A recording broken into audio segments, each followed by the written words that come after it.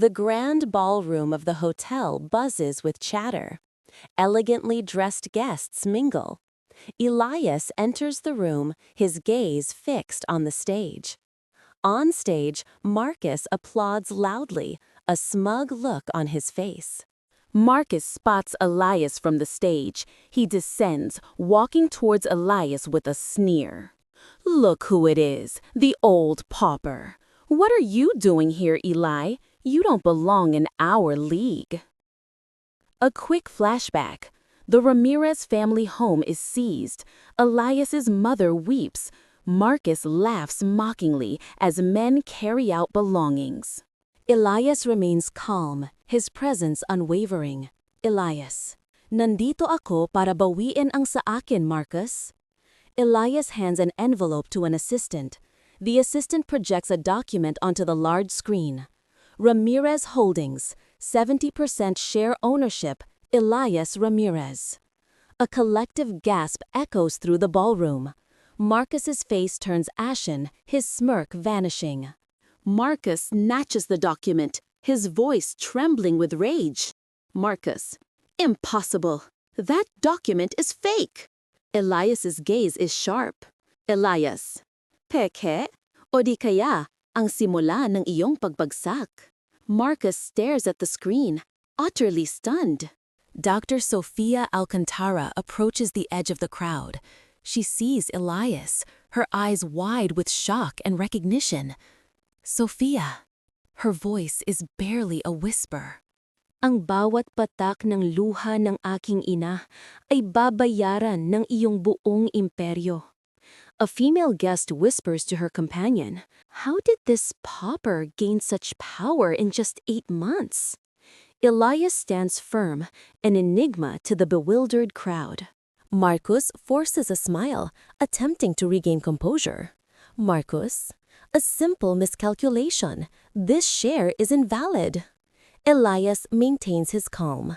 "Elias, ang iyong mga miscalculation ay ang aking mga pag-aari, Marcus." An assistant projects a digital ledger onto the screens, displaying blockchain-verified transactions. Sophia stares at Elias, her expression filled with growing regret. She clutches her hand, a flicker of memory crossing her face, a difficult goodbye 8 months prior. Two ng Marcus's bodyguards rush towards Elias. Suddenly, 2 individuals in black suits emerge from the crowd, swiftly neutralizing Marcus's bodyguards without a sound, then seamlessly blend back. "Elias, hindi mo naunawaan, Marcus. Ang pamilyang Ramirez ay may mas malalim na ugat kaysa sa akala mo." Don Ricardo, an elder businessman who once dismissed Elias, steps closer, his eyes now showing keen interest. "Don Ricardo, this is getting quite interesting, isn't it?" he mutters to a nearby associate. Marcus, desperate, points a trembling finger at Elias. "Marcus, he's the one who swindled us before. He embezzled funds." Elias's voice is cold and steady. "Ang mga akusasyong yan ay ang mismong panlinlang na ginamit mo laban sa akin. Ang ebidensya ay nasa aking mga kamay, Marcus." Elias projects audio recordings and bank statements, revealing Marcus's financial manipulations. Sophia listens to the recordings, her eyes widening in profound shock.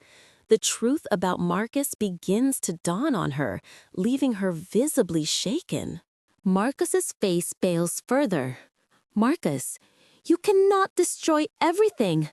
I still hold power over many families." Elias's aura intensifies. "Elias, ang bawat pamilyang pinahihirapan mo ay babalik upang maningil, at ako ang kanilang tinig." A collective murmur ripples through the crowd. Marcus shouts, his voice echoing with desperation. "Marcus, emergency board meeting, now! I will use every legal means to invalidate your ownership." Elias offers a slight, knowing smile. "Elias, kung yan ang gusto mo, Marcus, ngunit binalaan kita. Ang ilang yaman ay may mas malalim na pinagmulan." The camera focuses on Elias's face, a hint of a hidden plan in his gaze. Ang emergency board meeting begins, broadcast live on screens throughout the ballroom. Marcus's allied board members sit with arrogant expressions. Marcus, confident. Sa pamamagitan ng boto ng board, pinapawalang bisa namin ang lahat ng claim ni G. Ramirez. Elias calmly stands. Elias, may isang probisyon sa orihinal na founding documents ng Alipio conglomerate na hindi mo alam, Marcos. Elias displays an ancient parchment bearing a distinct seal. Ang tunay na may-ari ng orihinal na Ramirez family assets ay may ultimate veto power sa lahat ng desisyon. Shocked murmurs fill the room. Elias's voice rings out, strong and clear. Ako si Elias Ramirez, ang lehitimong tagapagmana ng Guardianson Luzon, ang nakatagong pamilya na ang mga ari-arian mo ay hindi mo alam na pinagmulan ng iyong imperyo. Everyone in the ballroom gasps. Don Ricardo stands, bowing respectfully to Elias. Don Ricardo, ang tunay na kapangyarihan ay hindi ninanakaw, ito ay minamana. Marcus is utterly shell-shocked, his face turning ghostly pale. Marcus, impossible! Elias's voice is firm. Elias, ang iyong imperyo ay binuo sa ninakaw na pundasyon.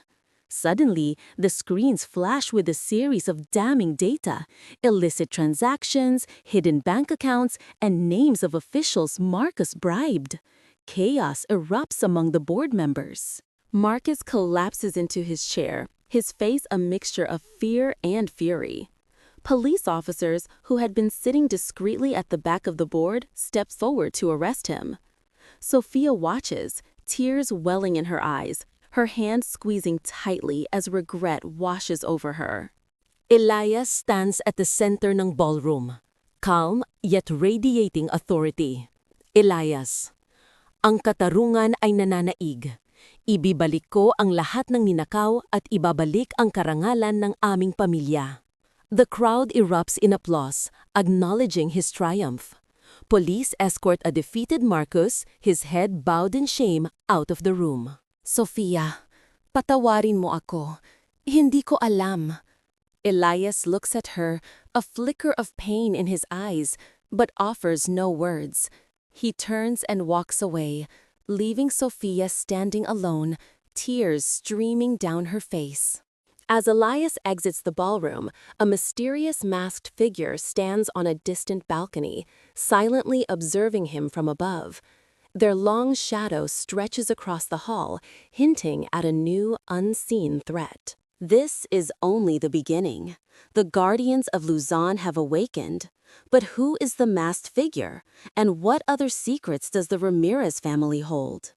The camera zooms in on Elias's silver cross pendant, which glints before the screen fades to black.